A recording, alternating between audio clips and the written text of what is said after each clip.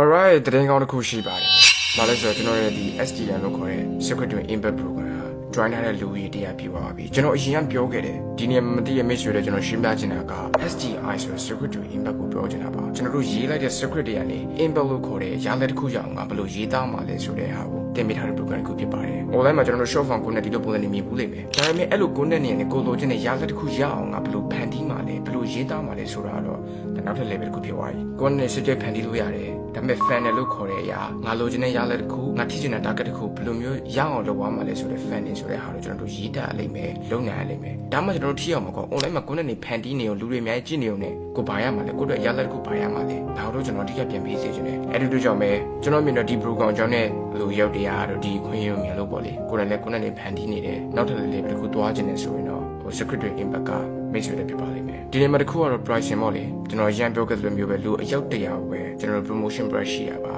ကျွန်တော်100ထက်ကျော်သွားတဲ့လူတွေကိုတော့ပုံမှန်မူရှင်စီ9000ကိုတော့ပြောရပါလိမ့်မယ်တကယ်ခွေတစ်ခုကဘာလဲဆိုတော့အခုကြည့်ရင်မိတ်ဆွေတွေထဲမှာတကယ် action လို့ခေါ်တဲ့လုပ်ရတစ်ခုကိုလုပ်ချင်တယ်ဆုံးမရချချင်တယ်ဒါပေမဲ့ရင် promotion တော့မတိလိုက်ဘူးဆိုရမိတ်ဆွေတွေကျွန်တော်တို့အနေနဲ့ခွေတစ်ခုပြီးတာပါတကယ်လို့မိတ်ဆွေကအခုဒီဗီဒီယိုကြည့်နေတယ်နောက်ပြီး action တစ်ခုယူနေတယ်ဆိုရင်တော့ကျွန်တော်တို့ promotion price ကဒီဗီဒီယိုပြင်နောက်ထပ်3ရက်တွင်ရပါအောင်မယ်ကျွန်တော်တို့9900ကနေကျွန်တော်တို့6900ပေါ့လေ30% off ရပါလိမ့်မယ်ဒါပေမဲ့ဒီ3ရက်ပြီးပြီဆိုရင်တော့ကျွန်တော်တို့ pricing က9900ဖြစ်ပါတော့မယ်ဆိုတော့ mission နေတဲ့ စိတ်ဝင်စားရဆိုရင် STI ဆိုတဲ့ keyword နဲ့ Messenger မှာလာဆက်သွယ်လို့ရပါတယ်